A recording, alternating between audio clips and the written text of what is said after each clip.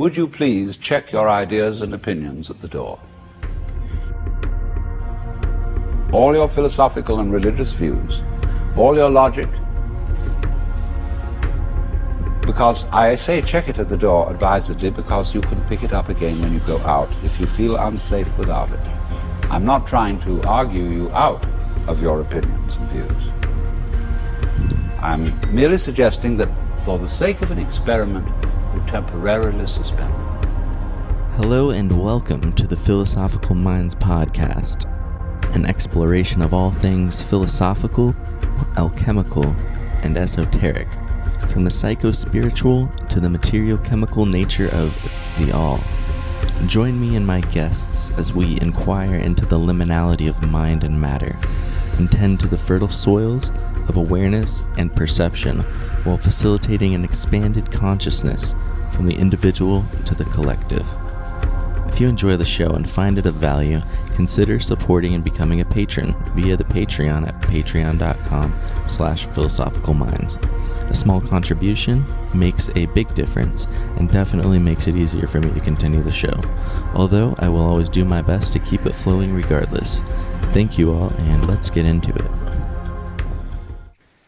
All right, tonight I am joined with herbal alchemical practitioner and astrologer Jesse Leith. Is that how you pronounce your last name? Leith, yeah. Leith, all right, and founder of Enki Organics Apothecary. It's awesome to have you on. Is there anything additional that you would like to add about yourself or your background before we jump into it? No, I think that's what I do. Yeah. Awesome.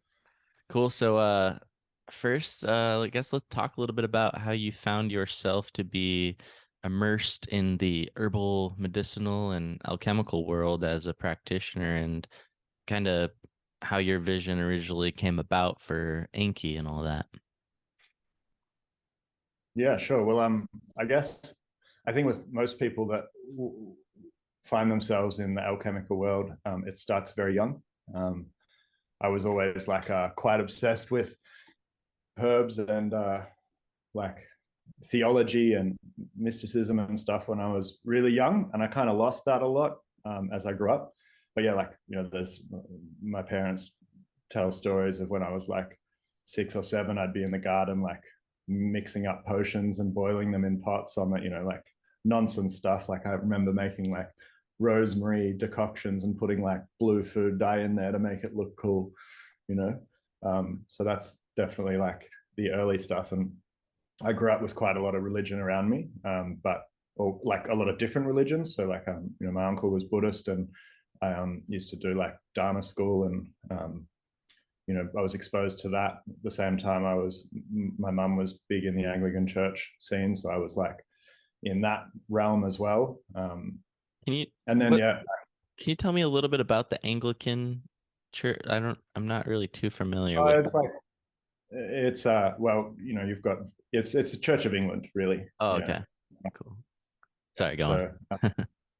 Not a super interesting topic, but. So I guess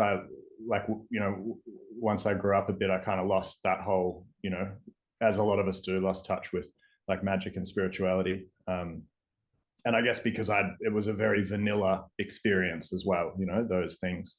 But I still had a bit of it, and I ended up studying, I went and did theology as part of my, first foray into institutionalized learning, and from there went into Chinese medicine, and then again lost it and went into the world of wine. My father was a winemaker, and my brother still is. Oh, wow. So I grew up on a winery and around viticulture and grape growing, which is very sacred to spagyric practitioners and alchemy as well. A lot of it's a very handy tool to have a good understanding of winemaking, because a lot of the allegory that a lot of the texts and manuscripts present is in winemaking terms. So that was definitely a handy little sort of synchronistic accidental skill set. But then I became a sommelier, which is, so I was working in wine sales, and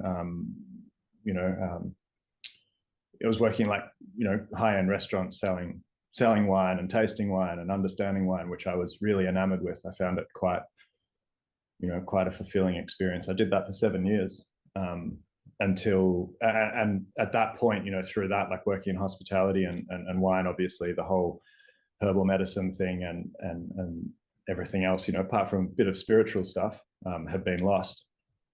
And at the end of that, I left like my last job. I got this like great job, and I was like really focused on this little restaurant that was, with this amazing chef, and we were going to do some really great stuff, and we did do some really great stuff for a year or two. And then I always said to him, this will be my last job.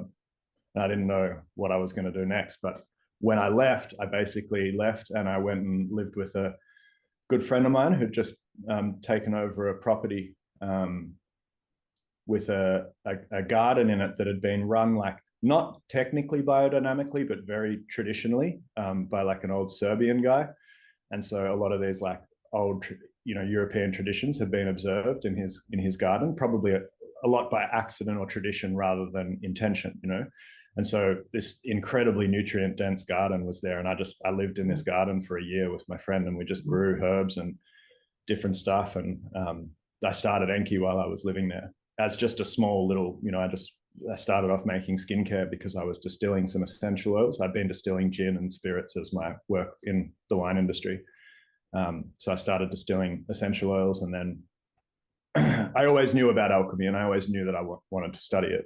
And I guess that gave me the opportunity. I thought if I could create a business in that world, then that could take, then my attention could go into that instead of supporting myself with another role. And so I could become fully immersed in it. And so I guess that's where it started.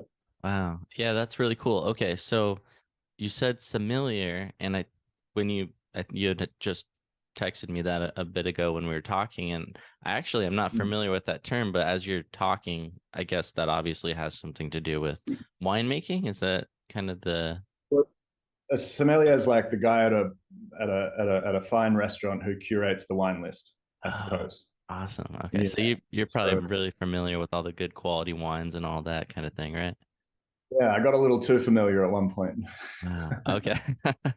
Well, okay, so what, in your estimation, maybe talk a little bit about like what makes a good quality wine, and in your experience, like how do you go about deciphering and determining what's a really good quality wine? Well, I think the same thing that makes a good quality herbal medicine, and I think maybe the same thing that makes a good quality anything.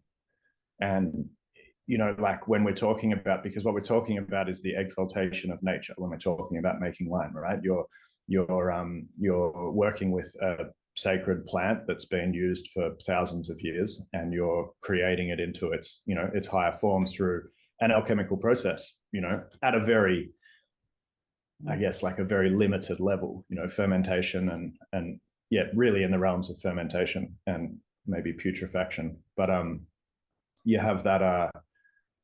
So there's a term we use in the wine industry, which is terroir. I don't know if you're familiar with this term, but it's very important in the work of herbal medicine. I think terroir means a sense of place, and so really well-made wines. I think, and a big movement towards like the really higher end of wines is like minimal intervention. So these guys are like, they really want the vineyard to sing. They want people to, when you taste a good Chablis from northern France, right? Really good example. The soil structure there is all fossilized oyster and crustacean shells over thousands of years. So, and they're growing Chardonnay in this region. And the Chardonnay takes in this mineral character from the soil underneath it, obviously. And then if you make that wine well with not too much intervention, you don't flavor it with oak, you don't bring in all these like man-made techniques, you're just really trying to evolve the wine in its natural state, you get that really good minerality. And so a really high quality bottle of Chablis that's from a really good part of Chablis with the right soil structure is going to go for a couple of $1,000, like top end. And not many people get to try that wine, but when you do, you start to understand why the wine industry is the way it is, why there's so much value in these high-end, unique, rare wines, because the sense of place is transmitted. you get to taste that soil. You get to taste, it's the soil, it's the water, it's the air, it's the sun, it's all parts that make up this sense of place. And with herbal medicine, that's, I guess, what we try to bring into Enki. We grow a lot of our own herbs, and we have Dalesford. Dalesford's a really unique place. It's got a beautiful terroir, the town that we live and grow in. We've got volcanic soil, we're high altitude, we've got a huge variation in our seasonality. We've got interesting rocks and minerals in the soil, a lot of gold and a lot of quartz in the earth here. We're in an exploded volcano, caldera.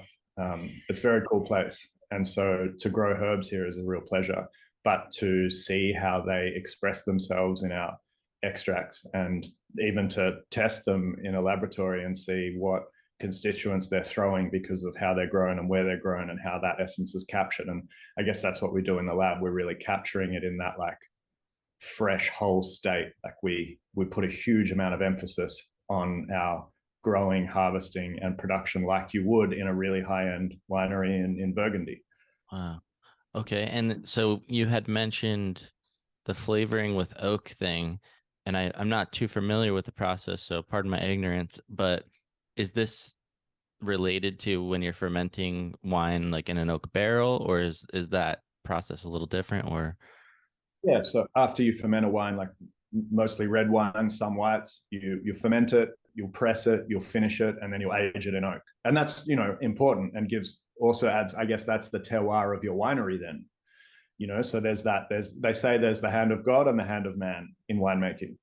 The hand of God is, what's happening in the vineyard, what's happening in the air and the soil. And then the hand of man comes in the winery with, different yeasts and different fermentation techniques and different oak. But, again, there's a big movement now into using wild yeasts, which is really important in spagyrics as well, because in winemaking, traditionally, when I say traditionally, I should say conventionally, over the last 60, 70 years, laboratory grown yeasts have become the norm, right? And in spagyrics as well, a lot of people use, they'll just inoculate their ferment with a single strain of yeast, and that'll turbo through the sugar, turn it into spirit, alcohol, and then they've got a fast fermentation that is reliable, consistent, but it doesn't have a diverse expression of nature because it's one strain of yeast. Whereas if you have a wild yeast strain, like a sourdough culture, for example, you might have 100 plus strains of different yeasts and symbiotic bacteria in there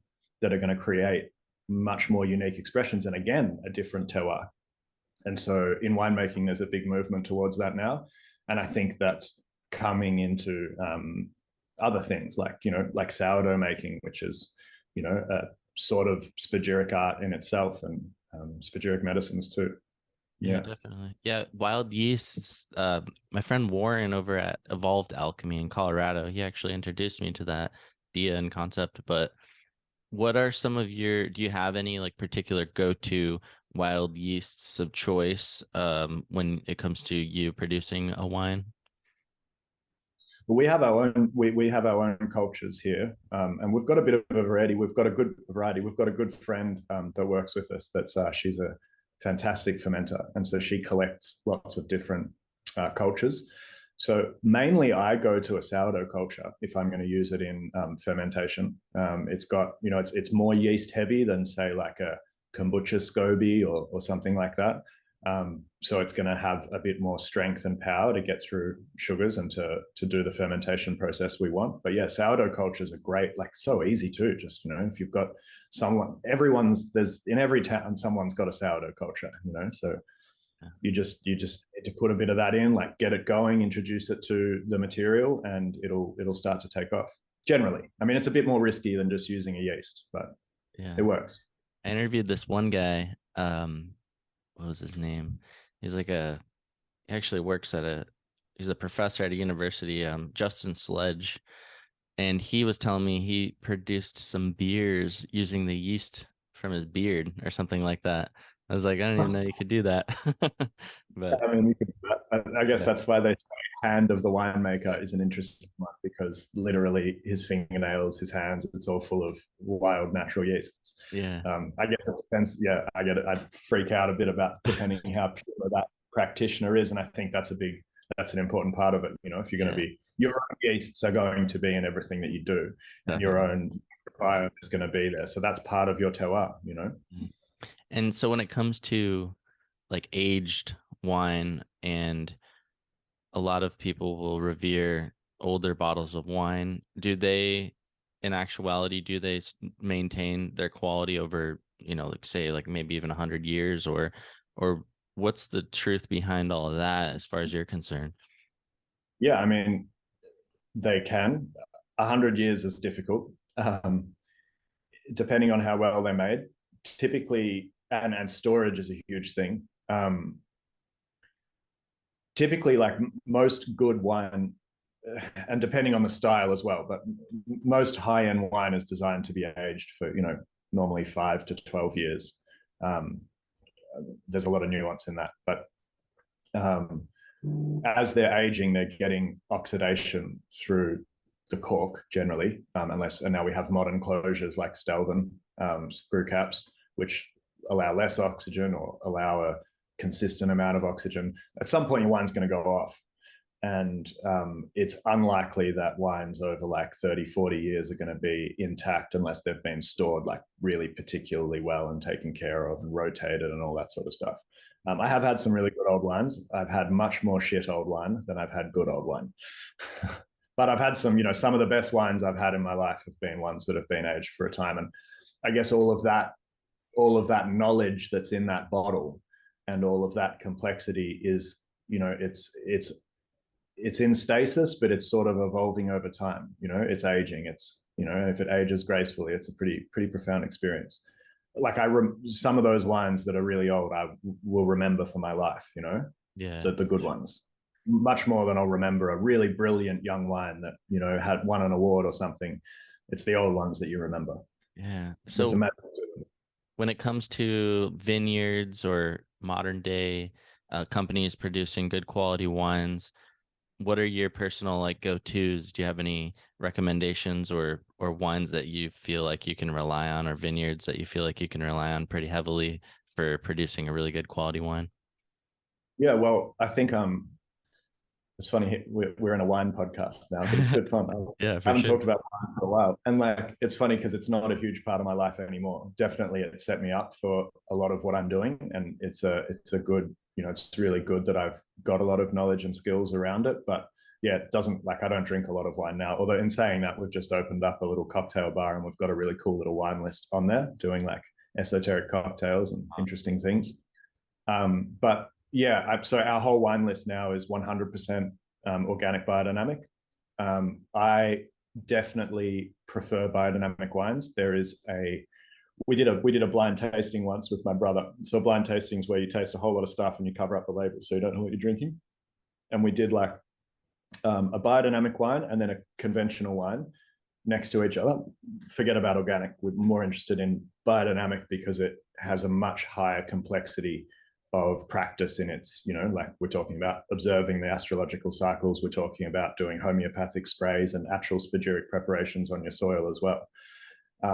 So we compared a biodynamic wine and a conventional wine from neighboring vineyards all around the world. We did like, I think 16 different regions, and 80% of the time the biodynamic wine won. And we had a panel of, you know, there was like 7 or 8 of us going through them. And so it was very obvious that there was more complexity in the biodynamic wines.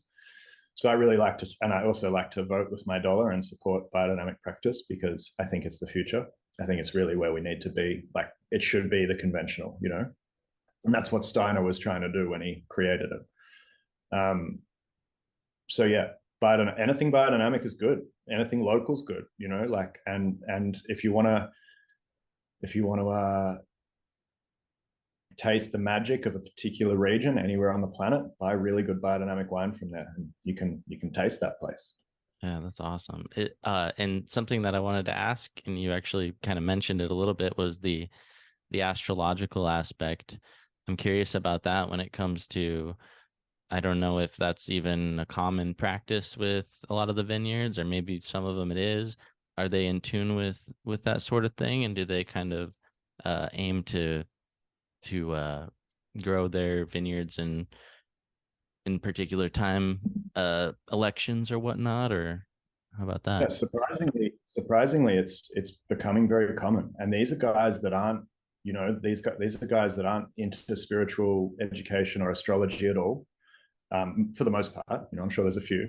Yeah. Um, but yeah, my brother out at Passing Clouds, for example, like he has become interested in spiritual philosophy as a byproduct of seeing the power of biodynamic practice in his vineyard, which is incredible because he's very empirical, he's very scientifically minded.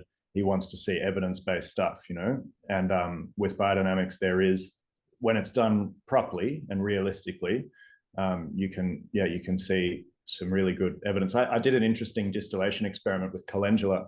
Calendula is a notoriously hard flower or plant to get an essential oil out of.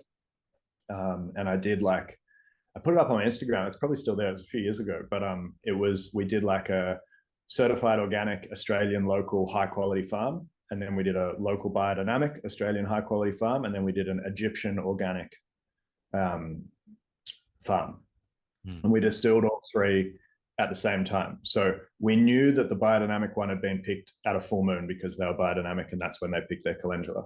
The other ones we didn't know. So there could have been the moon influence there, which also proves biodynamic philosophy.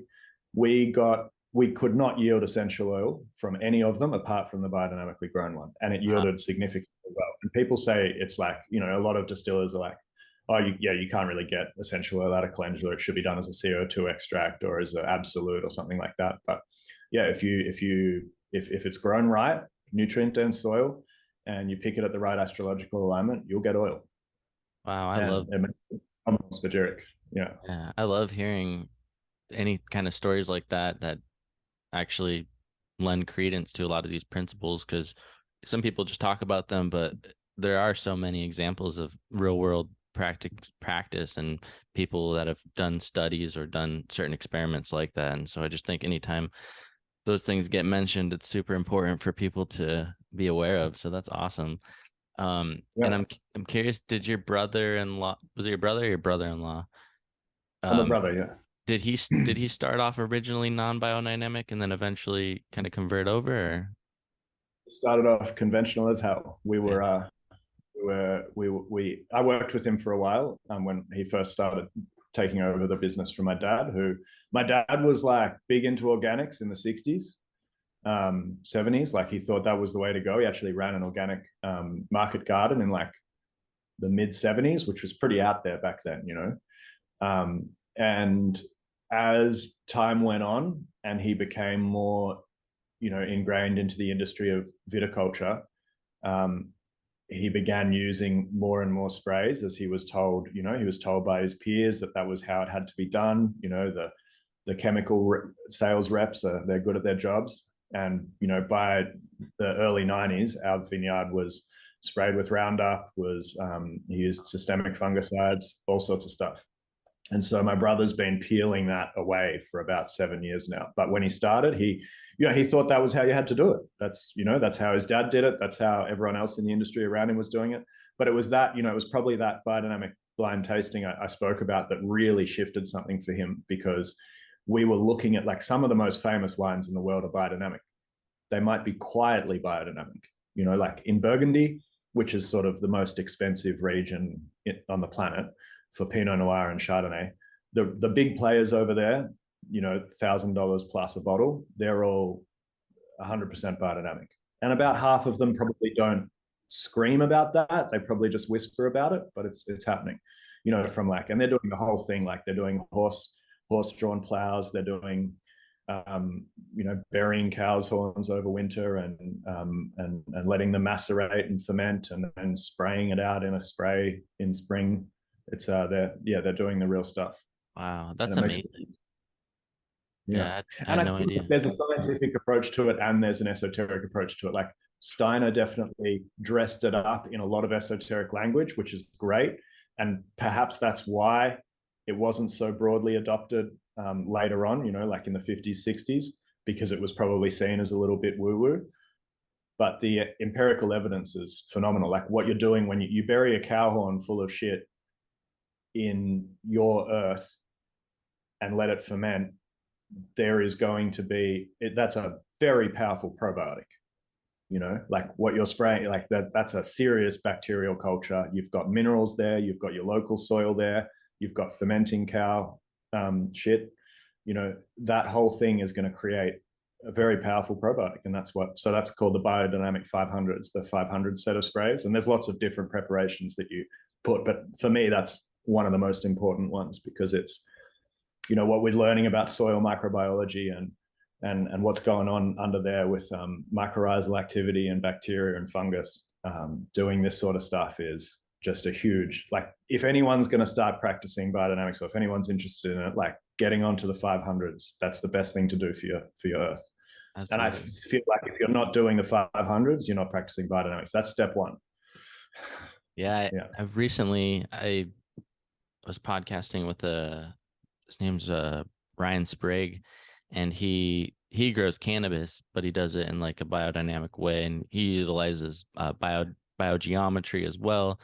And he's had a lot of different people try his cannabis and have just way more amazing experiences and a totally different effect from it versus, you know, what you would get at some dispensary where they're just basically trying to maximize like THC content or whatever it is. And it's just a whole different game. And yeah, there's a guy in Australia that does the same thing, and he does CBD, because we can't grow THC here, but he grows like a broad spectrum CBD. His business is called Artaban. Amazing stuff, you know, like, and how people speak about just how it tastes, you know, like it's just an incredible plant that he grows. Yeah.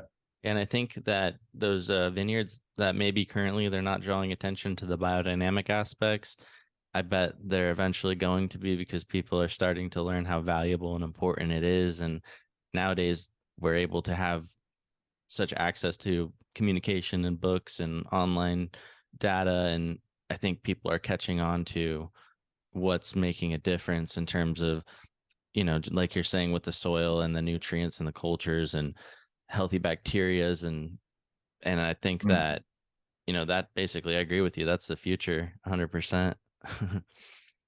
Like, you can do anything you want in the lab, right? Like, lab processes are really interesting. Like, I probably spend a lot of my attention on lab processes, but if you're not getting your herbs right in the beginning, it doesn't matter what you do in the lab, right? If hand of God, hand of man, you got to honor God first, and you've got to get all of that happening. And if that's happening really right, and you've got a really beautiful thing growing, then your lab can sing.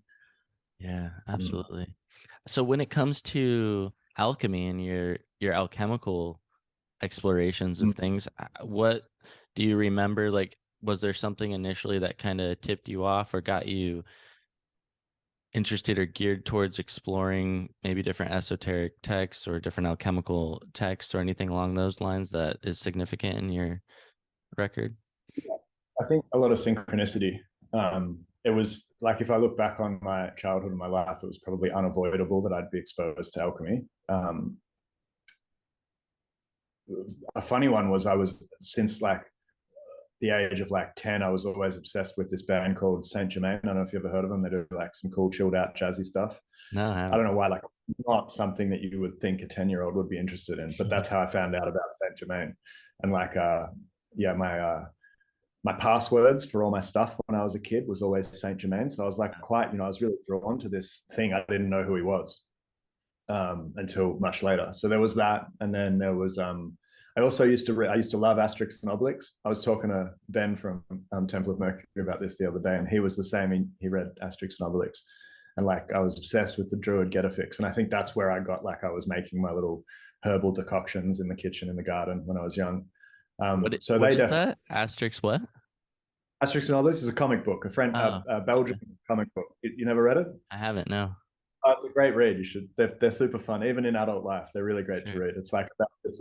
There's like a village of indomitable Gauls that are still holding out against the Roman invaders due to a magic potion brewed by their druid Getafix. Oh wow! And it's pretty cool. He picks his oak with a golden sickle. There's a lot of stuff in there that's, not necessarily mind blowing, but good little breadcrumbs for someone who's into this world. Yeah. So with your I mean, you mentioned esoteric cocktails and whatnot that you got going on. I would assume that there's some alchemical understandings and whatnot going into those. Can you talk a little bit about that?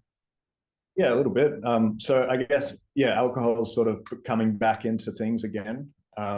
And so we started, well, we've been distilling alcohol for a couple of years now, quietly. I mean, we distill it for our extract, obviously. So we use a lot of grape spirit from my brother's winery, which is fantastic. So we've got a really good access to, biodynamic grape spirit. And so we started experimenting. I mean, I couldn't be avoided, right? Like I had to make some alcohols. Inevitable. So we've been doing some gins and we've been doing some absinthes. Like nice traditional absinthe recipes are a lot of fun, and obviously using all the herbs that we're growing and picking them appropriately in astrological time. So whilst I wouldn't say alchemical, apart from the process of distillation, I would say, some spagyric qualities in what we're doing for sure. And yeah, we also have, so we've got our cocktail list is all written in reverence for the zodiac. So we have 12 cocktails, one for each zodiac, and all inspired, and some astrological harvesting and production going into each base spirit or liqueur. So we're doing a lot of our own liqueurs and spirits, like herbal stuff. We're doing like a cool longevity liqueur, which is like chaga, reishi, ginseng. What else is in there? Chen Pi, which is a beautiful Chinese medicinal herb. It's actually mandarin peel that's fried down with licorice and honey. Oh, wow. And we're doing just some interesting stuff, some like aphrodisiac quality liqueurs, and different. And it's like fun. For sure. And when it comes to absinthe, because I know that there are different formulas, and I've heard some different interviews with people talking about experimenting with different absinthe recipes and whatnot. And you hear a lot of lore and stories about sort of psychedelic effects related. Have you yourself ever experienced anything like that with absinthe, or any particular formulas of absinthe? Yeah, I think psychoactive is better than saying psychotropic or psychedelic. Yeah. Absinthe, like real absinthe, distilled with, as long as there's wormwood in there, and I think lemon balm is very important. And it's mentioned a lot, and anise, like those three are really mentioned a lot in anise or fennel, are mentioned a lot in like the old books. As long as there's those three in there, you're going to get a pretty focused, sharpened, nootropic effect, which can be quite addictive, definitely. And I think that's probably why, like, especially if you're a laboratory operator, it's pretty useful to have something that sharpens you that way, especially like, long nights of distilling or, doing extended operations. And I think that's why a lot of them drank a lot of absinthe. Maybe it was just they're alcoholics. It's strong. Yeah. We put Blue Lotus in ours as well. So ours is a traditional recipe with some Blue Lotus added, which is nice. It gives you a bit more of a hard opening. I mean, we love Blue Lotus. It's it's probably our most popular product is our Blue Lotus spagyric tincture. And it's a lot of fun. It's a great herb. Yeah, that's amazing. I think you mentioned that you are working on some metal path stuff as of late.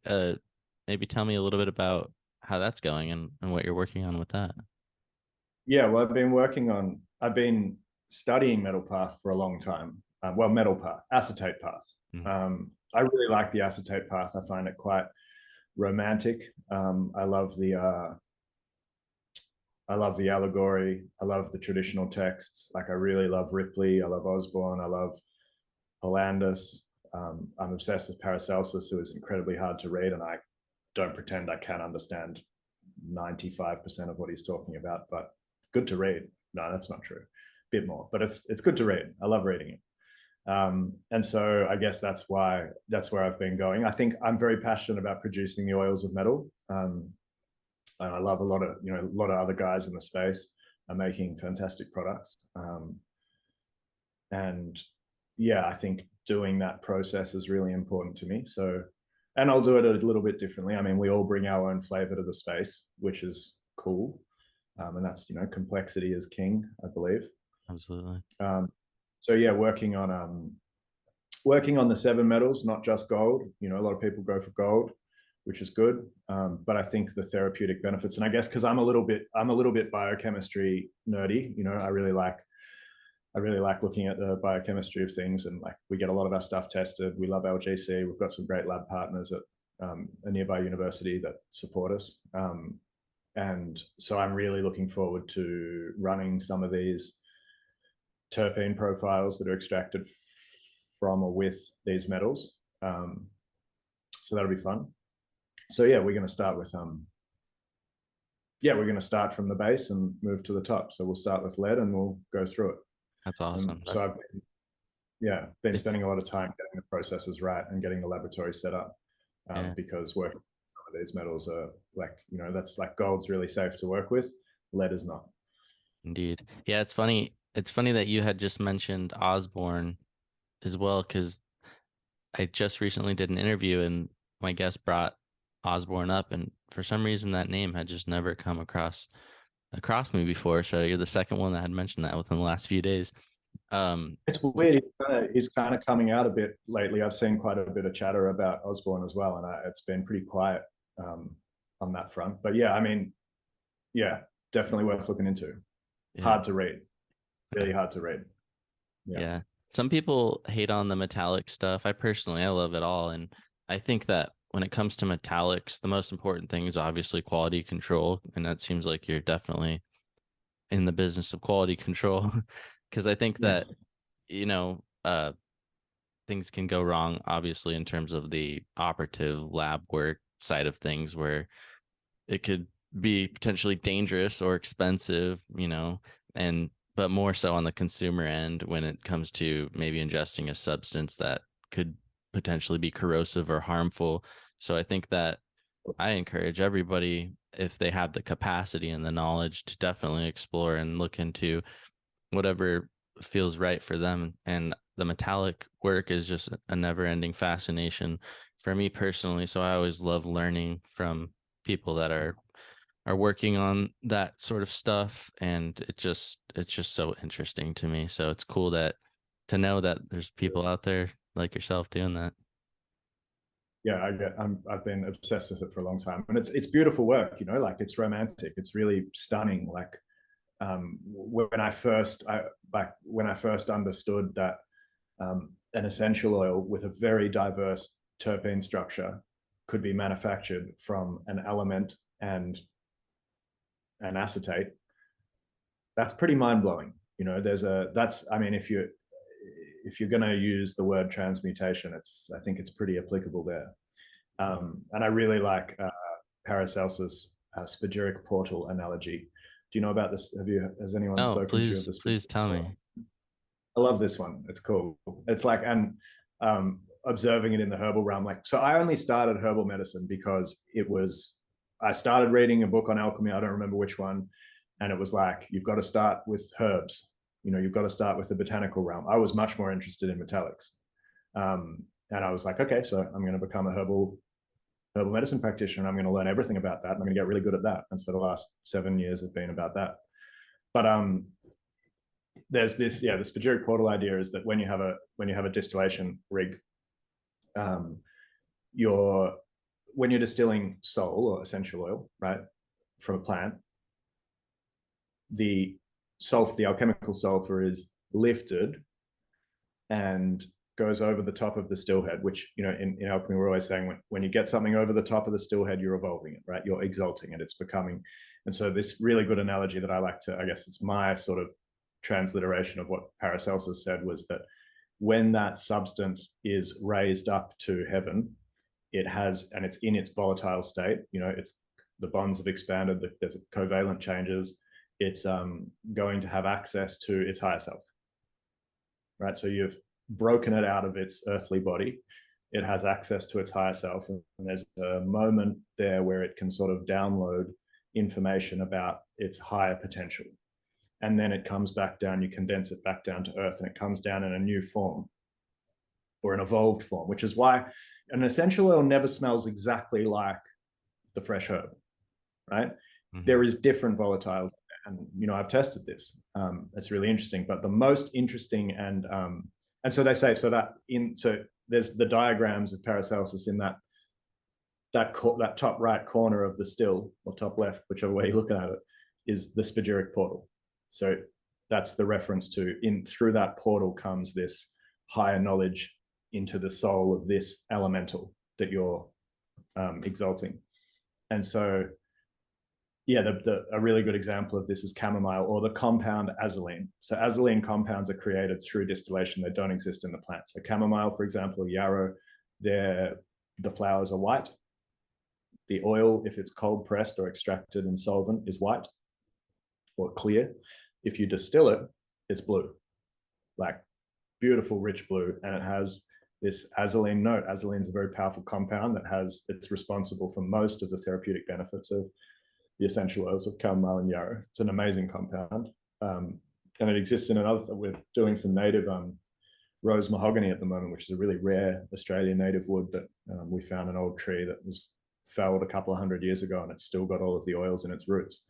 And it's throwing a blue oil, and it's got chamazulene in it, which is really interesting. Wow. So yeah, and whereas as a solvent extraction, it's a sort of pale green color.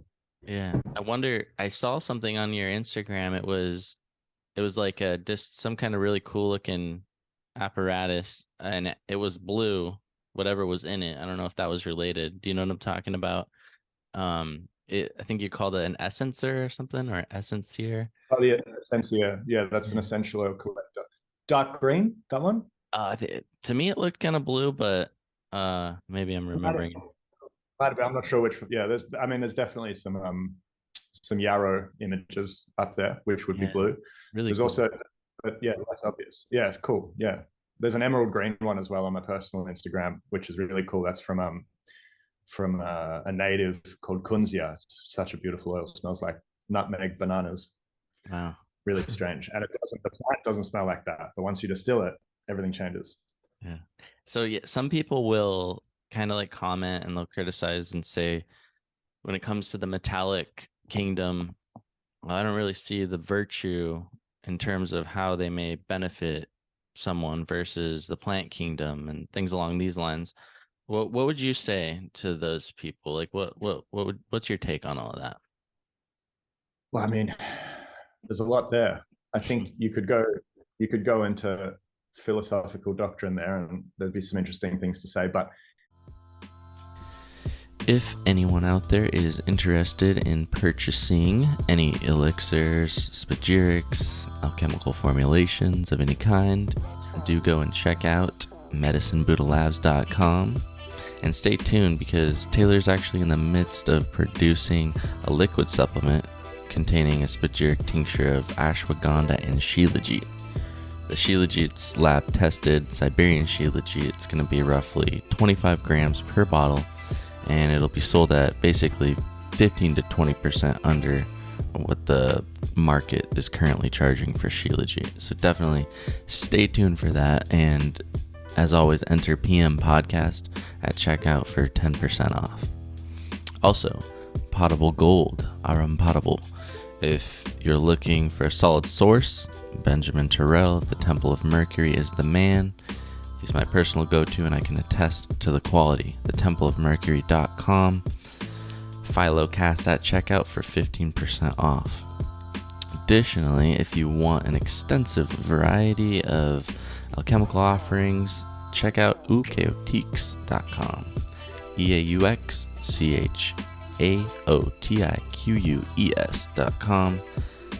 Go on there, check out the shop. There's tinctures, elixirs, essences, mushroom blends and extracts, crystal and mineral, metallics, ends tinctures, resins, all kinds of goodness. So do go check that out.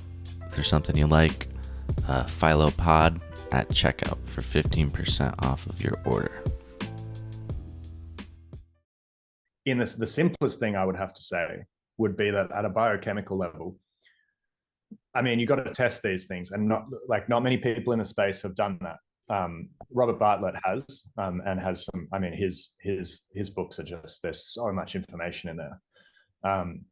There are profound.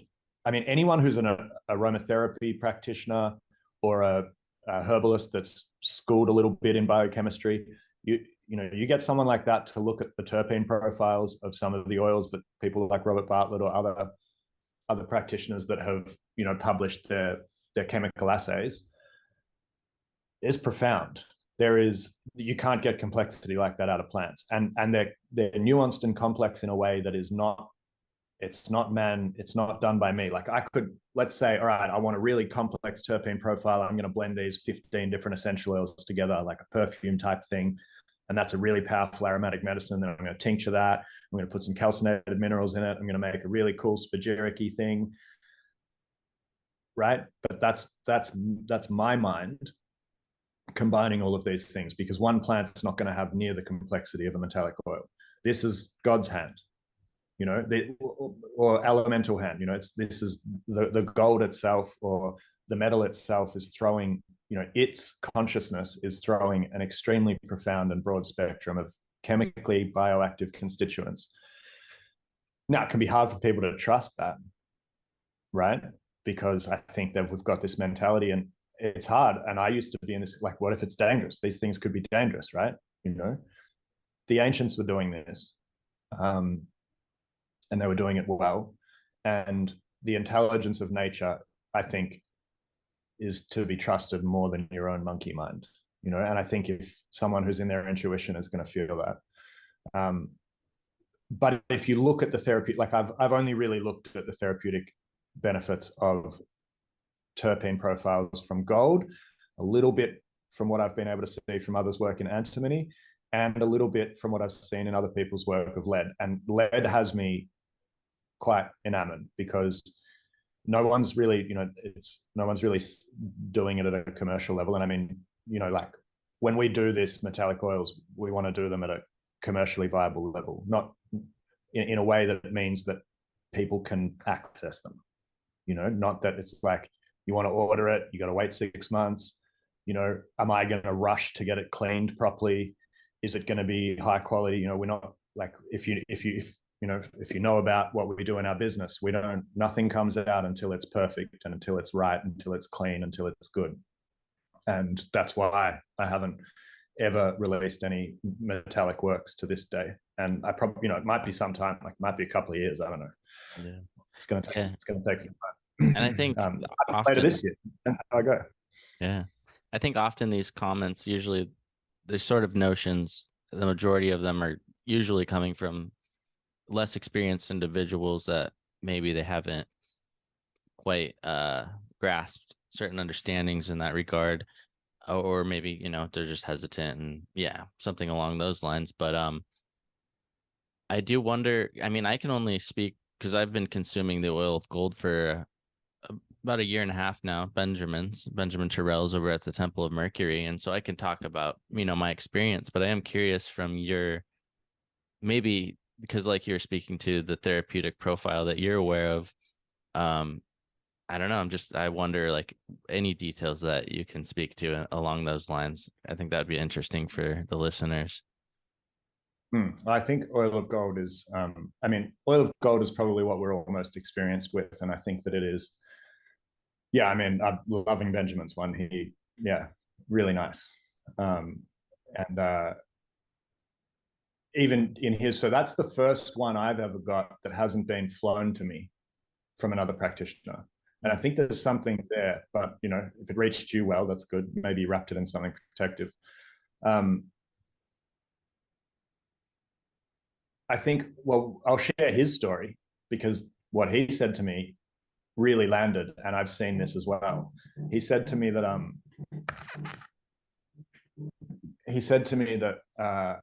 he was giving his oil of gold when he was living in this area in the goldfields, some years ago, to some women around him, and that they, coming back now, specifically these few women had become very solar individuals, as in they were very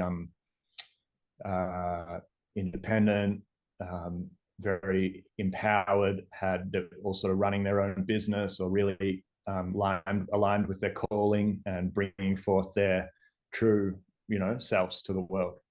And I think that's what gold does on a psycho-spiritual level. and I definitely noticed that in myself and in people that I've given oil of gold to over the years as well, is that it's very powerful at that. And I assume by the look on your face that you've experienced similar. Yeah, I was gonna say, so it's funny because I actually just had talked to Ben about this the other day, and he was kind of asking me for any feedback, and I was like, well, from my feedback, what I've noticed so far is that I feel as if my productivity and my creative capacity is tremendously expanded. And I was telling him, I don't know if that's something that's personal to my soul, my own personal soul, but it feels like I'm definitely being in the flow of my natural inclinations and my alignment with what I what I what I would say is maybe my trajectory or my natural path, maybe astrologically or something along those lines. But I'm, yeah, I guess like in a productive creative flow, and yeah, that was kind of my response to him. And I think that I can definitely correlate that and attribute that to the oil of gold. And I have nothing but good things to say about it, and I've been consuming it for, yeah, like he had sent me one, man, it might have been over a year ago originally, and then another one. So it's been a pretty long duration now. So I have a decent amount of experience, using it. I'm not, someone that has consumed extremely large amounts or anything like that, but yeah. Yeah, it's pretty special stuff, and I've taken quite a bit as well over the years, and I've also worked with oil of antimony, and I find that to be extremely profound, and oil of silver, which silver's really special. I've noticed that women seem to respond to oil of silver more potently than men, which is interesting because it's the lunarius, but yeah, and we haven't even talked about astrological work here, but if you want to balance your chart, if there's some, like from a medical astrology perspective, these metallic oils are definitely the most powerful thing. We do a lot of that with our herbal extracts, like our spagyric tinctures they're all astro harvested, they're all astro produced. We do all of that, and if you look carefully, if you're in the know on all of our bottles, you'll see a planetary glyph and a chakra glyph to show you where this, if you want to look at it from an astrological lens, it's available. If you want something for your Mars, if you want something for your Venus, if you want something for solar detriment, it's all available there on the label. And the energetics are there as well, which we're going to go into a bit more detail in our new website that we're launching like next week. So if anyone's wanting to check that out, that's going up on like the 5th of June. Yeah. You're really cool. We're doing heaps of interesting stuff there. That's like a whole new blog going in. There's like heaps of studies. Like we're really going into this because I think it's important for a particular subset of the culture at the moment that are like interested in this sort of stuff, interested in herbs, interested in evolving themselves, but that needs some, like my brother, that needs some good empirical data behind why they should, and that's when we do start releasing more information about metallic oils, we'll do the same thing that we do with our herbs. We'll put heaps of data out there. We'll get them all chemically assayed. We'll show some studies about the different terpene profiles. I'll talk about, what's potentially going on there and what could happen at a biochemical level as well as a psychospiritual level.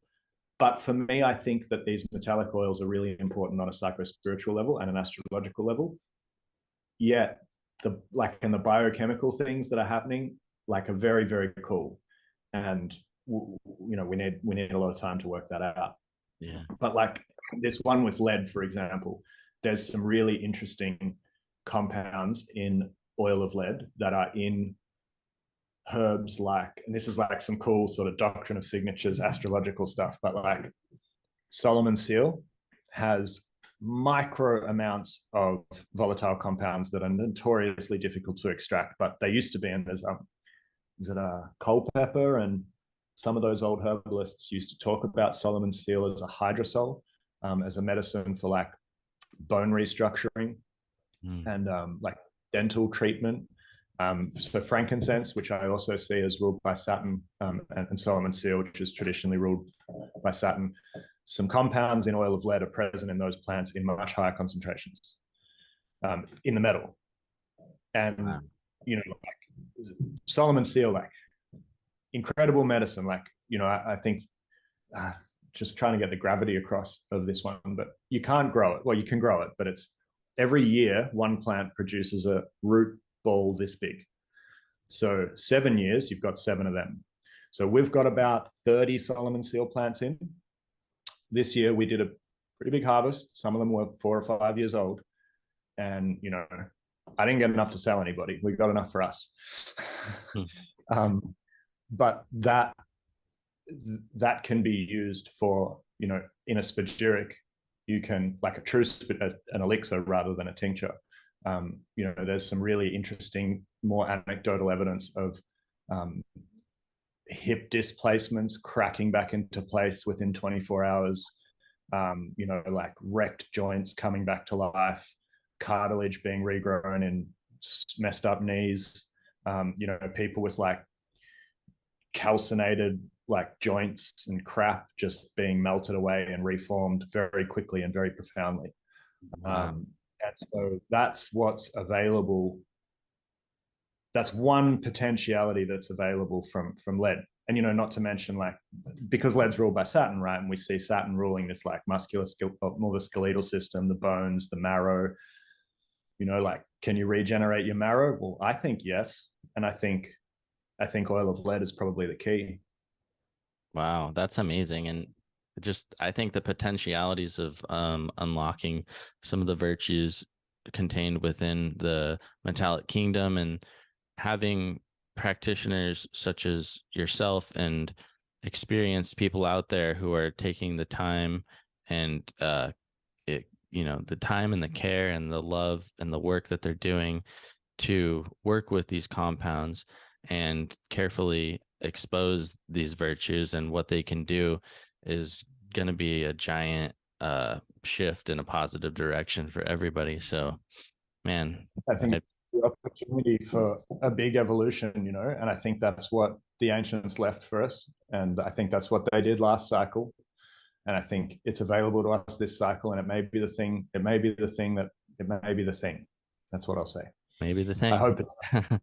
And speaking of cycles, with your astrological inclinations, do you maintain a traditional Hellenistic approach, or do you do Jyotish, Vedic, sidereal stuff as well? I've come to conclude myself, after talking with experts in both areas, I think that they both have valid applications, but definitely strengths in particular areas of practice. So I'm curious, for you yourself, how does it come into play with maybe your personal relationships or your gardening or your alchemical operations, and what systems you're using and all of that? If anyone out there is interested in purchasing any elixirs, spagyrics, alchemical formulations of any kind, do go and check out medicinebuddhalabs.com. And stay tuned, because Taylor's actually in the midst of producing a liquid supplement containing a spagyric tincture of ashwagandha and shilajit. The shilajit's lab-tested Siberian shilajit. It's going to be roughly 25 grams per bottle, and it'll be sold at basically 15 to 20% under what the market is currently charging for shilajit. So definitely stay tuned for that. And as always, enter PM Podcast at checkout for 10% off. Also, Potable Gold, Arum Potable.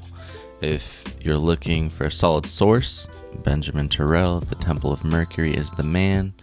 He's my personal go-to, and I can attest to the quality. thetempleofmercury.com. Philocast at checkout for 15% off. Additionally, if you want an extensive variety of alchemical offerings, check out euchaotiques.com. EAUXCHAOTIQUES.com.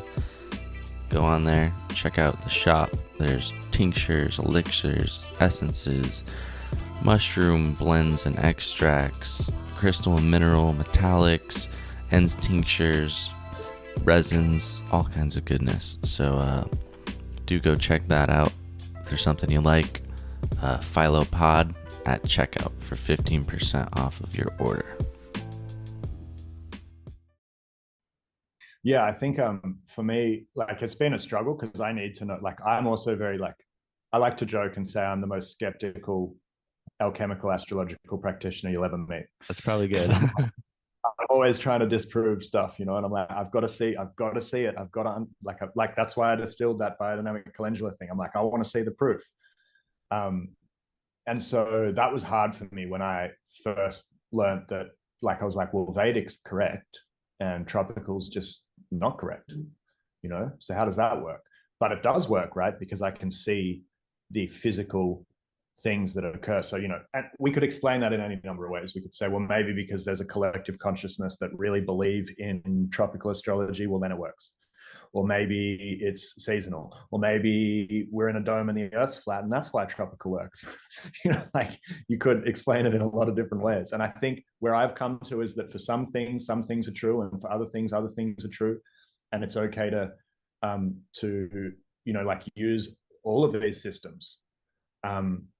Like it's funny, like if you're doing, like especially in the southern hemisphere, if you're using tropical astrology, it's better for you to assume that we're not on a round planet, a spherical planet. But then if you're going to use Vedic astrology, well, of course we're on a spherical planet, right? So it's kind of, it's a weird one. And so I think that everything can be true and not true. And, you know, truth is where the freedom is, and belief is where slavery is. And so there's a hard thing there.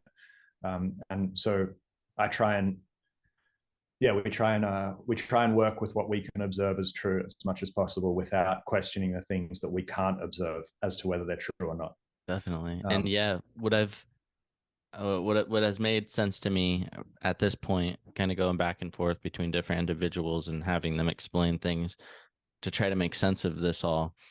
A lot of when it comes to say like tropical astrology or Hellenistic traditional astrology, the relation to the sun as a georeferential relation is going to be more in terms with our personal soul archetypes and how those forces are at work. But when I've talked to other people in terms of like gardening or things along these lines, they experience a lot of great results in terms of sidereal, the actual constellations overhead.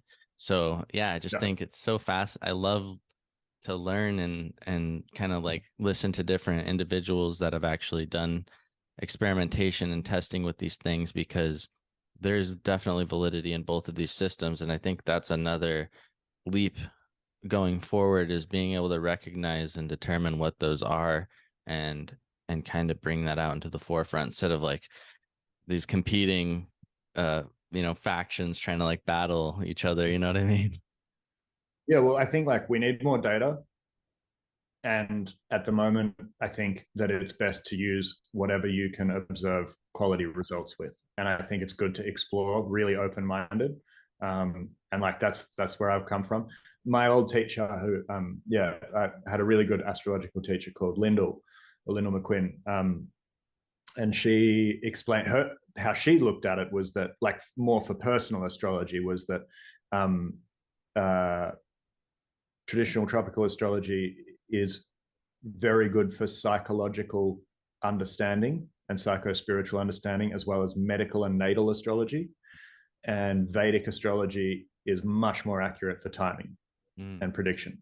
Timing and cycle, so, things along those lines. Yeah, that's definitely that's sort of where I sit. Like, that's what I use them both for. Like, I 100% believe that tropical astrology gives profound insight into both medical astrology and psycho-spiritual astrology. And Vedic astrology is very potent for timings and predictions. You know, like that was really observable for me over everything that the planet's been through in the last 3-4 years. Like, it was all written in the sidereal astrology. It was written in the tropical as well. It's kind of weird. It's kind of like there's two veils that are happening simultaneously. But yeah, anyway, I don't want to, I could just go on about that. I love it. But the Vedic astrology is really incredible, especially when you're looking at the bigger cycles. And I have a lot of reverence for ancient Vedic mythology and astrology and like the bigger, grander cycles, like the Yuga cycles. All the Yugas, yeah. Start zooming out and looking at us over a 26,000 year period, it gets really interesting. That's and I for feel sure. like that's where I like to sit. Yeah. So, okay, in terms of like Hermeticism and Hermetic philosophy, it's obviously a giant area and love of mine and yours as well in terms of our investigations and interests. And I know it's something that you're really passionate about. Maybe like in terms of the roots of this philosophy and the history of translation and all of this, what are some interesting points in that regard that you find notable personally in terms of like your explorations within Hermetic philosophy and all that? Well, another funny synchronicity. When I named my business Enki, this is how like I feel like I was such a muggle back then, But I was sitting there like looking at different names for my business, and my friend who now works with me again, but he's in the bar. He's like, "What about the name Enki? I'd never heard of Enki." I'm like, "That's a great name. It's super catchy. That's It great. looks Let's do amazing that." too. Yeah. Yeah, it's great. It worked really well. But I had no idea. I mean, like I knew a little bit about it, but I didn't know. Like I'd read some Zachariah Stitch and like not his stuff, but like some some commentaries on his stuff. That's about all I knew. And I'm like, yeah, let's do that. Yeah. Ancient alien, whatever. But yeah, so that's a funny synchronicity. And I guess for me, Hermetic science is in this cycle, talking about those bigger cycles again, let's say this 12,000 year thing that I think is now starting to come into mainstream consciousness, that we're like, okay, so this cycle of humanity has been around for 12,000 years, not humanity has been around for, well, 8,000 years, I think is what they like to say. So our point of reference for who we are as a species, and when I say who we are as a species, I mean who we are spanning 26,000 years, potentially plus. The best reference point we have is Sumer, right? And because that was the first civilization that popped up very advanced from the start. That's undeniable. We can talk about all their, like there's lots of different translations, there's lots of different people looking at their stuff. And it's, like different extremes of what we think came out of that civilization. But one thing's for sure, they were extremely advanced.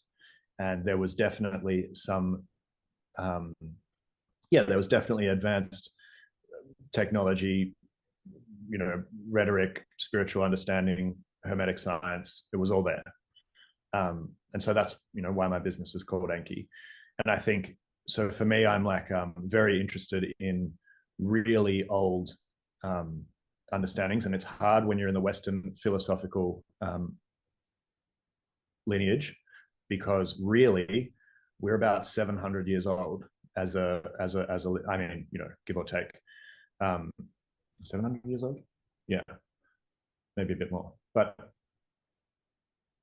we say it's Western Hermetic science, right? Which is kind of a cop out, because really it's Eastern.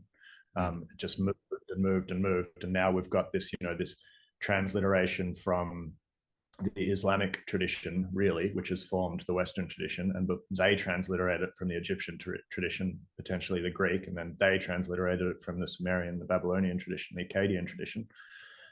So really, we can't say it's the Western esoteric tradition, right? Although it is in our ancestry, it is in our genetics, and I really recommend anyone that is of Western, anyone that's from any lineage, like, please study Hermeticism, because it is your ancestral knowledge, but potentially more recently the West. Like I can count 4 or 5 generations ago for myself, and there was someone that was studying this, it's not so long ago that it was in our, it's in our epigenetics. It's closer to us, and we can reach it easier. Like I started off studying Chinese medicine. It was very difficult for me. It was very difficult for me to wrap my head around those philosophical concepts. I studied Ayurveda as well, which was a little, funnily enough, like came to me pretty naturally. But as soon as I started with spagyrics and alchemy, it was like, it just all made sense. It's like I knew it, it was very intuitive for me. And I've spoken to a lot of Westerners that have gone and studied it feel the same. Like it's just, it's much more intuitive than when I studied yoga or whatever. I really just resonated with it, and it came to me so easily. So yeah, I love looking at transliterations and etymology. I think Hebrew is a really powerful language that we should all be learning if we're interested in this space, because they carry they carry the most intact lineage from back in those days, right? Because they were around in Sumer, they were around in Egypt, and they were interesting because like their masters were all destroyed and their knowledge was all lost, but the Jewish culture got out of there with everything they'd learned. That might be very controversial for me to say, but hey, say whatever you want on here. We can say that the Israelites, let's say, were in Sumer and were receiving or sharing knowledge with the Sumerians and transliterated a lot of that into their works, Kabbalah and the Torah much later. But yeah, that's where that Kabbalistic lineage and knowledge, whether it came from there, I guess that's the controversial bit. It would be controversial if I said they got it from Sumer, so I'm not going to say that, but it was written during that time first, and so whether collaborative effort or not, it's how it survived, because everything else was destroyed, right? And then they got it to Egypt, and then it survived Egypt, and they got it out of there. And so it's a really, it's a phenomenal language to learn, and a very powerful thing. I think Kabbalah is where it's at, in terms of one thing. There's many places where it's. I think the modern Western masters, and when I say modern, I mean like 13th to 15th century, really important, beautiful stuff as well. And that's where the operative work is really well understood. But if you have that Kabbalistic understanding and you have some of that Hebrew understanding, you're going to be able to excel at creating your own practice from the modern masters. Yeah, and I'm currently my Kabbalistic understanding is pretty lame, I must say, which I'm ashamed to say, but I'm also deeply interested in. I love learning anything I can always, and it's something that's always on my to do. But me personally, I grew up fairly traditional Christian, as a lot of people, like in terms of how I received biblical transmissions and interpretations, and I've since expanded my outlook to include any and every religious, historical, and ancient text available to be worthy of consideration.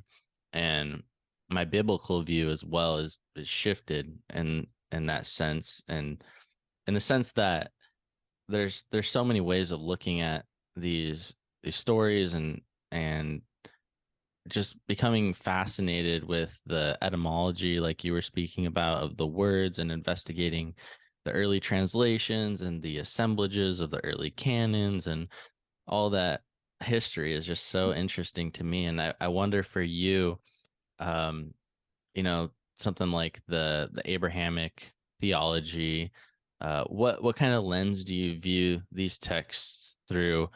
And what are some of the takeaways that you've gleaned, or how do you look at these texts these days in terms of like something like, I guess, the common biblical canon that a lot of people are familiar with?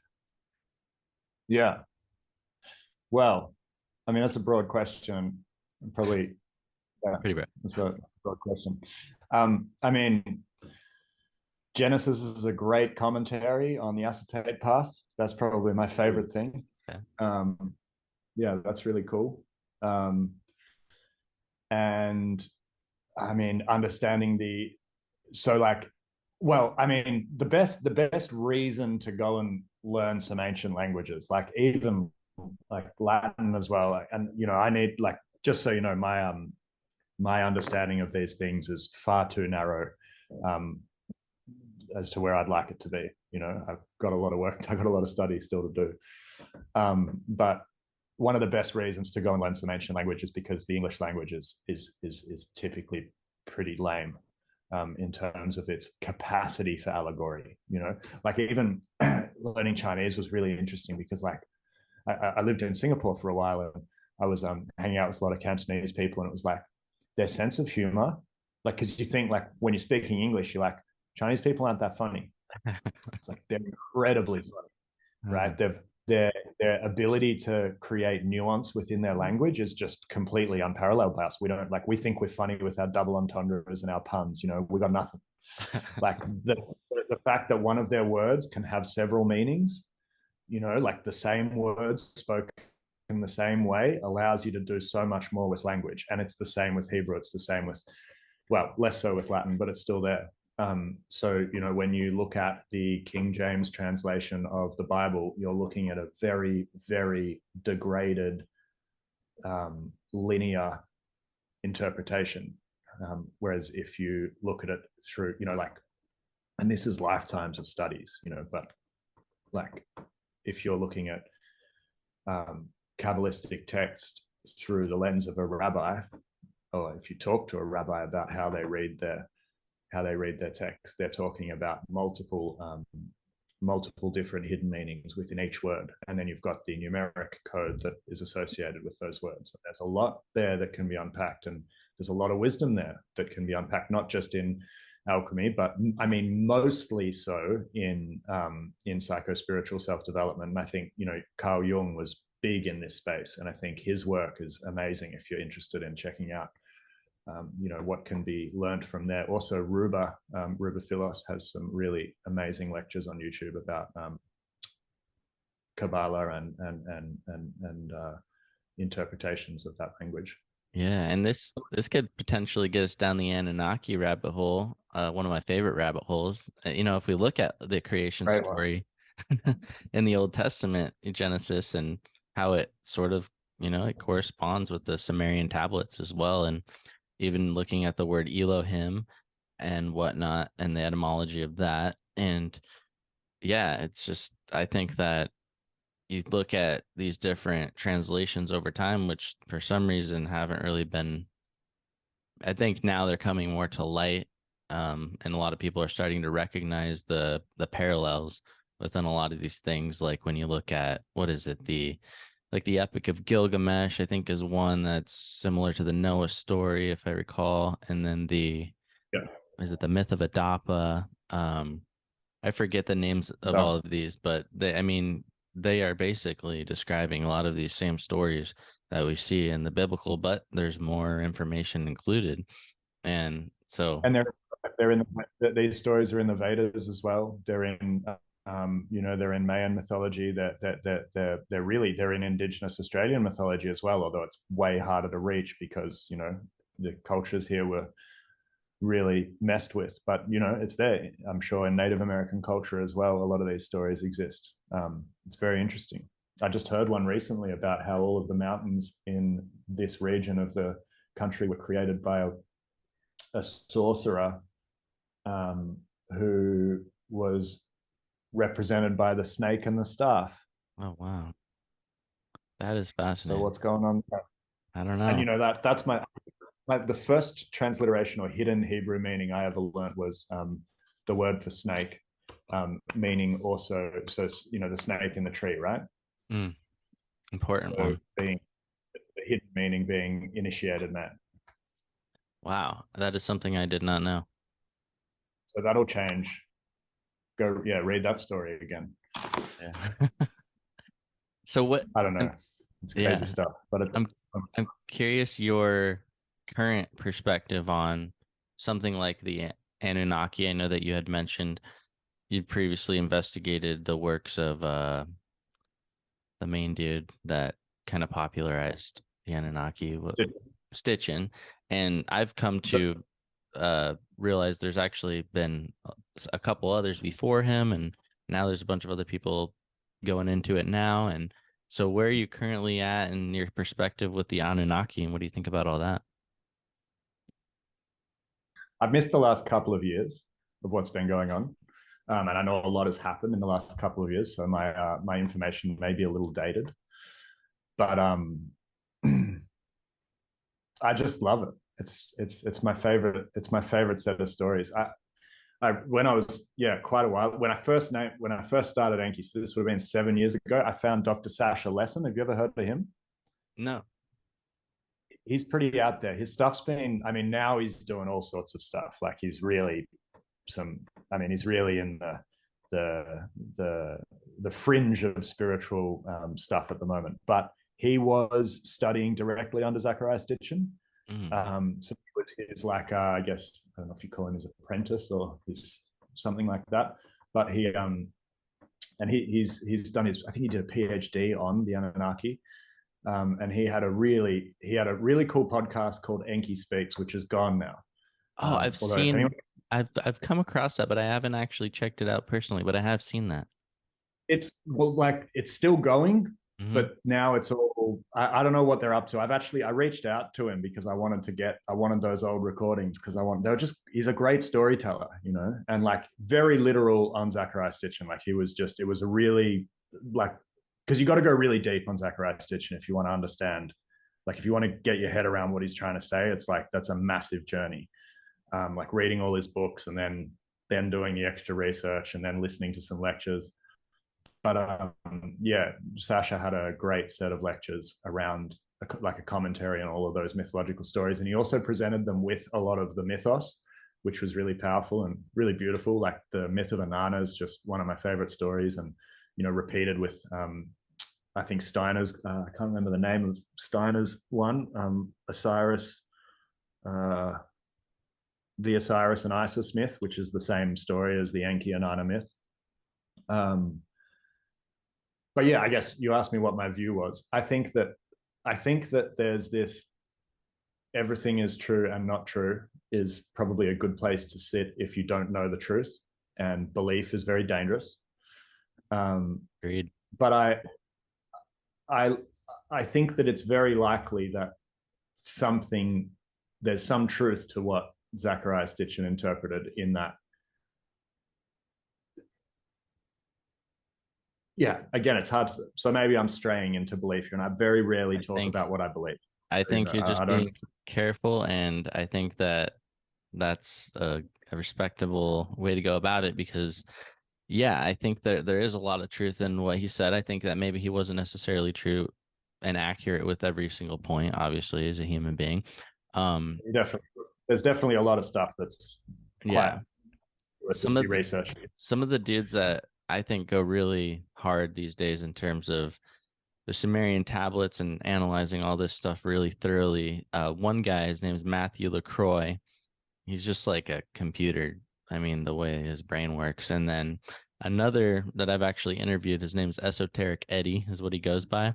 And he wrote a book called the Anunnaki Theorem. And he's great just in terms of his research. And so it's continuing to, the research still goes on, and there's so much to be explored. And I love just hearing anybody's speculation and interpretations, and I think it's very plausible that something along those lines is likely. Whether the Anunnaki were an off-planet race, or whether they were just more advanced beings that were from Earth or something along these lines, either way, I think that there's definitely there's a lot of evidence. I think that one of those two things has to be true. Yeah. That's definitely, that's a belief, but I'm pretty strong in it. Yeah. And I would like to transmute that into truth so I can sleep peacefully at night. Yes. But some stories that I really like, and I guess I find very interesting, are the alchemical things, because the Sumerians were 100% practicing alchemy, and probably practicing the acetate path. There's definite evidence of pyrolytic distillation in Sumer. They had single-use disposable clay stills that they were dry distilling in, which shows that they were likely, playing with pyrolytic distillation. And I think, I can't remember what my source is for that, but I think that there was evidence of metallic distillation of lead specifically in those clay distillation devices that were found. Someone should check me on that, but yeah. So that's really interesting. And then also the story of Adam and the bread of life. The bread of life, the water of life is the thing that, and then we got the colloidal gold thing. But like, so the bread of life and the water of life are obviously two essential themes in that whole story, right? The whole Enki Anu epic. And there's this idea of like, and I love the stories, right? There's this idea of the bread of life being some monoatomic substance that could potentially levitate stones and create monuments, and when mixed with the water of life, it becomes the elixir. And you know, there's some very valuable things in there that allude to maybe not necessarily acetate path alchemy, but definitely alchemical processes. And I think that it's a bit of a travesty to assign colloidal or monoatomic gold to the transliteration of the bread of life, because it's something much more complex than that. Although it may contain ormus, and I believe it does, I don't think sea salt and potassium carbonate water is creating the same substance. Although it is undoubtedly a substance of some power, there's more to that myth than meets the eye. And well, it's there, but it's easy to just be like, oh, that's it, cool, I'll make that. You know, someone said that it's just that's it, you know. Oh, great, let's make ormus, and now we're all consuming the bread of life. Yeah. And I myself, I haven't really gone and explored too deeply. I've always been very curious and interested in ormus, but I don't really know too many details about how it's produced. I know that there are different ways and different methodologies of how to go about it. This is probably something people don't like sharing how it's made. Yeah, and I'm not sure that. I think maybe because it's really easy. And then maybe people will look down on them or think maybe it's not so powerful. But yeah, it's quite a simple thing to make. It is, just caveat here, I'm not ragging on ormus. I think that it is a powerful substance. I had some incredible ormus about 3 years ago made by a guy up in Byron Bay, and it was extremely psychotropic. Subtly, but like, me and a friend of mine worked with it for about a week and a half, and we were having massive geometric patterns and you know, some pretty out there experiences, and some definite sort of third eye activation and awakenings, which I was very skeptical at the time because I'd studied it a lot. But yeah, no, it's basically, the idea is that you're just that there is gold in seawater in a monoatomic immeasurable state, latent. And if you activate that with, it doesn't quite make sense, because then if you activate that with a alkaline substance like lye, soap maker's lye, right? Potassium carbonate or something similar, you are then making the other elements M state to match the gold. Or perhaps you're creating the M state gold in that reaction. It's, you know, the people say different things,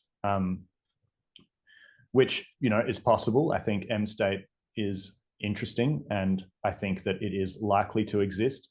I'm not sure how likely it is to exist in conventionally made ormus. It may be, but definitely when you look at alchemically produced salts and alchemically produced things, specifically of gold, then that's where you're going to find your, I mean, still immeasurable, but more obvious M state compounds or energetic state compounds.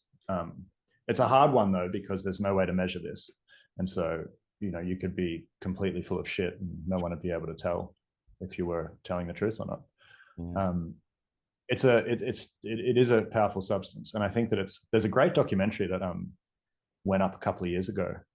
I can't remember what it's called, but a guy, it's in the States, and he goes and like meets all the ormus community and tries all their different things and has some pretty profound experiences. Like one guy, an essential oil producer over there, makes some really concentrated ormus and gives it to him, and he's like on an acid trip for 5 or 6 hours. Wow. Yeah, I Um, think I don't know if you're familiar with Roger Lambert. Uke Otis. He I actually, mean, I think he may have sent me that documentary, and I haven't watched it yet. But yeah, he's out in I think he's in France.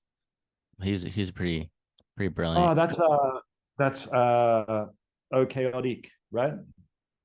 Yeah. Is that him? Yeah, yeah, Um, yeah. he told me how to pronounce it. It's like Uke Otis, or it's hard to pronounce for me, but yeah.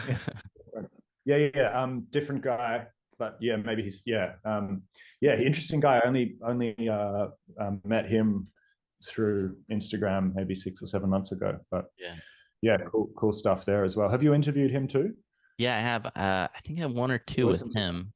And he's cool too because he goes into he's a geobiologist as well by trade, so he goes into that stuff and really explains a lot of the different like grids that have been discovered by these different doctors historically. And he talks about there's like ones like called the Hartman grid or so on and so forth, these different grids, and they're like basically grids every so many intervals on the earth that have uh there's like different ones like that have ore, so there'll be like grids of gold, the gold, lines or whatever. And then there's also, he talks about like the telluric chimneys and different crossing points, and all this sort of things. It's very fascinating to me. yeah, there's a definite energetic trail in minerals and how they manifest in the earth. It's Yeah. quite, I mean, here in Dallas, it's really interesting because there's this is like the gold fields, right? So where me and Ben live is it's all gold mining territory, and Oh, there's still gold here, and there's quartz crystal and lots of other geological intrigues all over the place, and you can see that there's an intelligence in which it moves and manifests. And there's, if you look at ley lines and energetic lines and all that sort of stuff, it's all there. I'd be really interested to. I've got to listen to that one with you and Roger Lambert for sure. yeah. Robert It Lambert. was great. Um, so Roger. another shared passion that we have in common is, that of ancient civilizations, you- Atlantean potentialities. Uh, I was just talking to a guy, I think he's out of Queensland, actually, and Oh, he was telling me some interesting things in regard to Atlantean relics that were held by some elders that he's aware of, like some rings or something like that that I'd never even heard of. I don't know. It was all really interesting. But and there's some crazy stories in Australia, I tell you what. yeah, Like, for sure. And yeah, in terms of, speculations of locations of Atlantis, some researchers uh believed to be some submerged city. There's like something north of Spain somewhere. I guess they were doing some radar mapping of some buried city in this area underneath the mud. And there's like they scanned this area, and there's these concentric ring structures. And so that's like one potential candidate. Some other so the proposals. one south of Morocco, is that the one you're talking about? It was actually north of Cadiz, Spain. Oh, Cadiz, Spain. That was a like one that I came across that was a potentiality submerged city north of Cadiz, Spain, that some speculate is a potential location. And then, you got the Greek island of Santorini, that Italian island of Sardinia, or yeah. Cyprus. A lot of different, and then there's like that Ruat structure in Northwest Africa. I've heard some guys on like Rogan talking about it because of the Eye of Sahara, right? so yeah, there's a lot of different possibilities, and I wonder, you yourself, any of your ideas or your research into that space, what do you think about all that? Yeah, I think it's pretty interesting, pretty cool. I think there's a lot of stuff coming out in the space. I think, well, that guy, I can't remember his name. You're right, he was on Joe Rogan, the Eye of Sahara guy. He had a really good thing to say because everyone's looking for the city of Atlantis, but everyone's discounting the fact that Atlantis was not a city; it was a nation. Mm, Had a capital city, but it had other things as well, and that sort of fits with his idea that it was located in the Atlantic Ocean between, southeast United States and northwest Africa. And you've got the Bimini Road there as well, which is pretty interesting. There's some cool stuff out there. I guess because I guess I like ancient philosophy. I like ancient spirituality. I like listening to the old masters. Steiner, I suppose, is probably been the most influential person on me when it comes to Atlantean philosophy and Lemurian philosophy. And it's like crazy stuff. I don't know if you've been down that rabbit hole, but Steiner's massive. Yeah, I've explored some, but man, he has so much out there that what does he have, 30 feet of bookshelf space or something in terms of his writings. But I do every now and then I'll check out some of the archives online in the audio format, and he talks a lot about like the post-Atlantean epoch and all sorts of amazing stuff. That Steiner Press audio channel is incredible. Yes. Like what a great, thank you whoever put that together, right? It's just Seriously. Awesome. So yeah, I've done a lot of hours of that, and I've read quite a few of his books, and it's kind of like he's one of those writers that it's like, I always love to quote Sage Popham, who I learned from a long time ago. He's the kind of guy you got to read a paragraph of and then put the book down for a week and just like think about that. Yes. Definitely the case. But yeah, his Atlantean, Lemurian stuff I find really intriguing, and I think that, another quote from Sage actually is that Steiner's kind of the guy, and I guess that's who got me into Steiner. Steiner's the kind of guy that it's like he'll give you the answers to the exam. Like you read Steiner, you get all the answers, but he won't tell you how he got there, and you won't get the why. It's like rocking up and you're like, so I know what the answer is, but I can't explain how I got there, which is tough because that's the separation of belief and truth, right? Very difficult thing. But yeah, it's he's got some awesome stuff. I highly recommend. I don't think I've gotten there yet. I'm curious, is there anything to your recollection in particular from Steiner's view of Atlantis, and maybe any interesting tidbits that he touches on that you find interesting? Well, that they were practicing alchemy, I think, is the biggest thing, and that they had a very rich understanding of nature and its processes and the energetics and elementals behind our reality. And I guess they were on the descension path, whereas we are on the ascension path. So we're on the path that, I guess this is cool. Like if you want to talk about great cycles, I think it's cool to know. So according to Steiner, and this matches with the Vedic philosophy, is that the Lemurian civilization was on the ascension path, which is where we are now. And they came to a point where they would speak and an entity would be born. Wow. So their throat chakra was like a cervix. And they were at complete oneness. There was, it was all like they reached their Satya Yuga, their golden era, where every Lemurian person on the planet was in a state of enlightenment, except one, I think, is the idea. Is like when you're at the peak of the golden era, 99.9999% of humanity is at full enlightenment. And when you're at the peak of the dark age, the Kali Yuga, 99.999% are unenlightened, which is why we got Christ, is the idea. And, the few masters either side of him that taught him and learned from him. I like that idea. I think that's cool. So as we go up into the Satya Yuga, which we've just, we're making the transition away from the dark age now. And we can see it, right? Me and you are having conversations. People all around us are getting interested. People are studying the Sumerians. People are studying Atlantis. Like it's all, everyone wants to know the truth.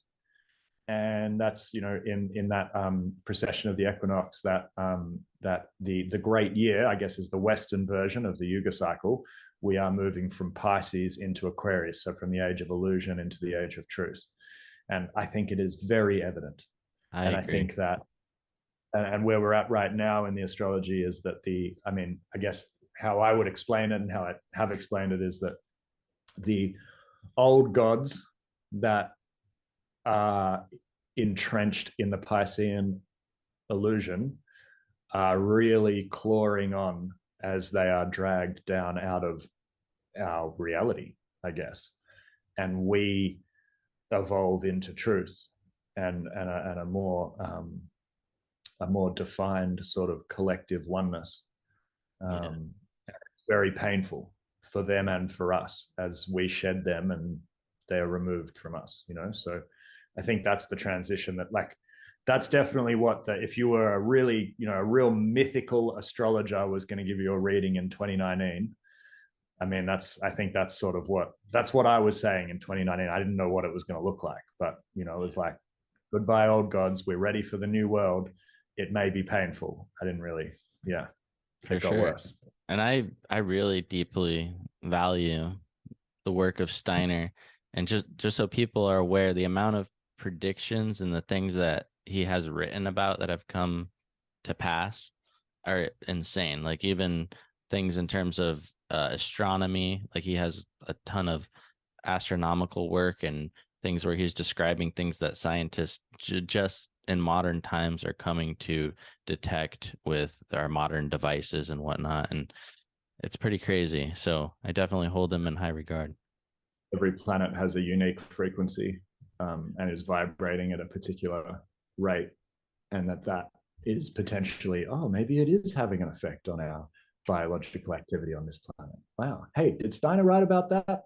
Yeah, that's yeah, pretty cool. But I think, yeah, another thing that just popped into my mind is, like, you know, him having the answers to the test. It's like, well, how to survive in the modern world, right? And he said towards the end of his life that at that time, I think he said in like 1910, people have to do 2 to 3 minutes of spiritual practice and grounding to be at their necessary potential and to balance out the effects of the negative forces that were apparent at that time.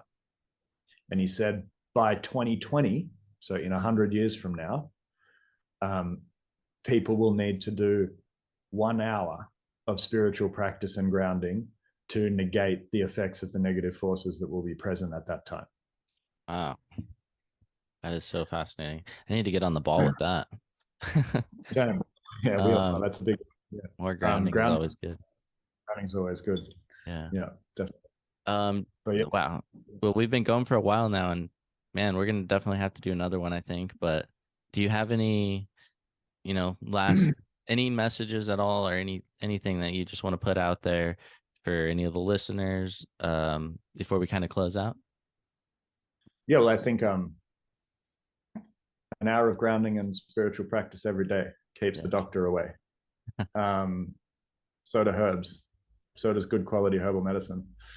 And if you want some of that, check out my website, enkiorganics.com, or enki.au.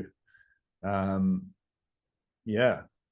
What else is there? I mean, I think like, I guess for people who are interested in esoterica and hermetics, and, you know, the people that I suppose listen to your podcast, if I can recommend some good resources or books or authors. I mean, if you're interested in laboratory alchemy, Robert Bartlett is the guy to begin your journey. If you're interested in herbal medicine, Sage Popham has a fantastic book called Evolutionary Herbalism, where he marries a little bit of spagyrics, not so much some alchemical philosophy, but spagyrics and herbal medicine, like as a medicinal modality, which is really powerful and a great way to start working with nature. And yeah, I guess they're good modern authors. If you're a little bit more looking for some deeper stuff in laboratory alchemy, Ripley is definitely a big character that should be looked at, as well as Paracelsus, Agrippa, and yeah, I mean, Osborne's very interesting at the moment too. Yeah, keep an eye on my new website. I've got some heaps of new content coming up soon. We're going to be doing some good bloggy stuff. We're making some really, you know, we're now starting to release some of our interesting laboratory offerings. So if you're interested in my lab work, you know, over the next 6 months, a lot of stuff's going to drop that I've been working on in the lab for quite some time. Some aromatics, some very unique medicines, some spagyric preps, and maybe some metals. We'll see. Excellent. I can't wait to see what comes of all that. And just another note too for people interested, you mentioned Sage Apothecary. He also has a great podcast. I think it's called The Plant Path. So people can definitely check that out as well. And one more time, and if people want to maybe find you online, maybe your social media, what's the Instagram handle and all that, just to point people. Yeah, Enki Organics is my business. So Enki, like the Sumerian god or the Anunnaki ancient alien. Yeah. Enki Organics. And then EnkiOrganics.com. I'm Jesse Leith. I guess my name's in the thing. So you can find me on Instagram as well. Although most of my stuff, I do a little bit of lab stuff on my private Instagram, but most of my stuff's through Enki. Beautiful. And I've got some other people involved in Enki as well. So it's not just me. We're a collaborative business. Yeah, I'll potentially be talking with them in the future. We'll see what happens with that. That'd be cool though. And we've all got some really interesting magic in there. This was we all do very different things in the same realm, for sure. Yeah. Amazing conversation, and this was awesome. So greatly appreciate you and your time tonight. And yep, thank you, and until next time. Yeah, thank you, brother. Great to meet you.